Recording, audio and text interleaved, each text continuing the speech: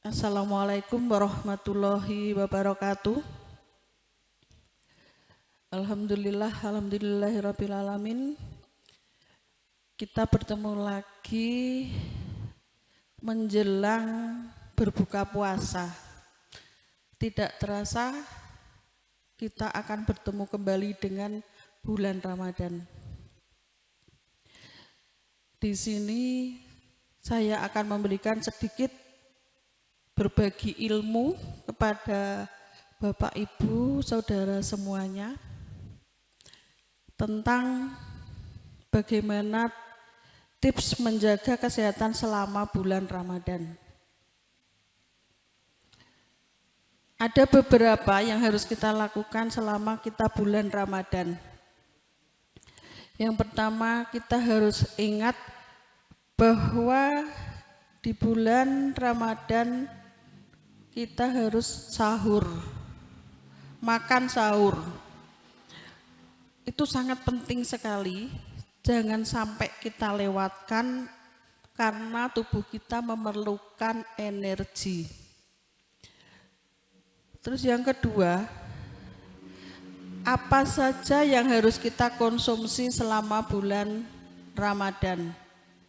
Karena waktu makan kita hanya waktu kita setelah kita mendengarkan beduk maghrib baru kita bisa makan sampai menjelang subuh.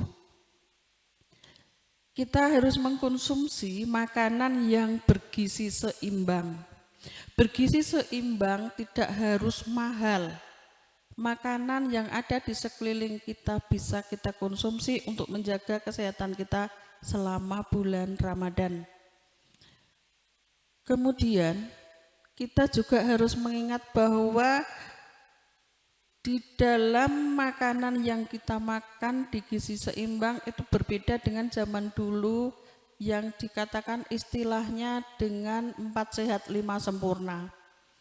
Kalau sekarang istilahnya gizi seimbang terdiri dari ada protein hewani dan nabati, kemudian ada karbohidrat, ada vitamin. Apa yang kita lakukan selama bulan puasa, kita tetap harus juga melakukan aktivitas agar tubuh tetap sehat dan bugar. 4, kita juga harus menjaga pola tidur. Jangan terlalu tidur malam. Kemudian kita juga harus menjaga kebutuhan cairan kita selama kita berpuasa dengan meminum air putih yang banyak 8 gelas sehari. Kalau tidak puasa minimal 8 gelas sehari semalam. Yang ini kan karena kita waktu untuk minumnya dari jam 6 sore sampai jam 4 pagi. Itu kita bagi saja 8 gelas. Kemudian untuk pemenuhan cairan itu tidak boleh terdiri dari minum kopi, juga teh. Itu harus dihindari karena bisa merangsang asam lambung yang meningkat. Pasti di sini banyak juga yang kaum muda itu suka minum kopi. Bisa tapi jangan terlalu banyak. Tidak seperti pada waktu kita tidak berpuasa. Kemudian kita tetap berolahraga. Olahraga itu apa? Olahraga jangan yang terlalu berat. Bisa kita olahraga dengan jalan kaki, bersepeda, kemudian yoga. Jadi jangan berolahraga yang angkat beban. Kemudian kita juga tetap beraktivitas di siang hari, tetapi aktivitasnya jangan yang terlalu berat. Aktivitas yang ringan-ringan saja. Kita tetap bisa bekerja, tapi kita juga harus mengukur kemampuan kekuatan tubuh kita. Kemudian yang paling penting hindari tidur setelah sholat subuh. Sebelum sholat subuh kita kan bersahur, berarti ada makanan yang masuk. Pasti kalau sahur itu biasanya pakai nasi lah. Kalau nasinya sudah bereaksi itu akan menimbulkan zat gula. Kalau kita tidur setelah makan itu pasti zat gulanya akan terproses dan menumpuk, akhirnya menjadi penyakit gula atau diabetes mellitus. Bisa juga setelah makan kita tidur itu nanti bukannya menjadi bugar malah menjadi lemas. Banyak yang berpendapat ngantuk, mosok gak boleh tidur. Boleh, tapi waktunya nanti diatur. Siang juga boleh tidur. Jadi tidurnya tetap ada waktu-waktu tertentu. Jadi bukan puasa itu untuk tidur, tapi tetap aktivitas seperti biasa. Biar tubuh kita bisa mencerna apa yang kita makan, bisa menjadi energi. Kemudian kita juga kalau kita tidur setelah sholat subuh kan akan mengganggu waktu kerja kita.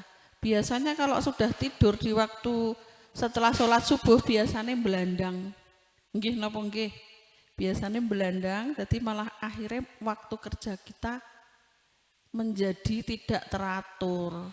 Apalagi sudah menjadi kebiasaan setelah makan tidur itu nanti badan bisa menjadi gemuk. Kalau ibu-ibu ataupun anak cewek itu kan pasti paling tidak suka dengan berat badan yang naik. Jadi nyuwun tulung untuk pola tidur setelah makan dihindari. Ada lagi makanan-makanan yang tidak boleh yang kita konsumsi selama berpuasa. Seperti apa? Seperti makanan asam, makanan yang pedas, apalagi anak zaman sekarang itu suka makan makanan pedas atau makanan instan. Contohnya seperti mie goreng pedas ataupun seblak ataupun bakso. Nah, itu sangat berbahaya sekali untuk orang yang berpuasa. Dari lambung yang kosong diisi dengan makanan yang pedas. Di sini juga kita harus mengkonsumsi buah dan sayuran yang lebih banyak. Kalau kita makan kurang serat akan mengganggu pencernaan kita. Contohnya kita nanti akan susah untuk BAB. Kurang minum juga bisa membuat susah untuk BAB. Kemudian buah-buahan itu kita ambil yang bisa dicerna atau yang buah-buahan segar. Contohnya misalkan sekarang lagi musim rambutan, itu bagus juga ada seratnya. Tapi nyuwun tulung untuk menghindari makan durian pada waktu setelah perut kita kosong langsung makan durian, akan rusak nanti lambung kita. Demikian sedikit ilmu ataupun sedikit pengetahuan yang bisa saya aturkan ke panjenengan semua. Semoga bermanfaat. Semoga di bulan puasa kita tetap sehat. Mungkin ada kurangnya saya matur, mohon maaf. Billahi taufik wal hidayah. Wassalamualaikum warahmatullahi wabarakatuh.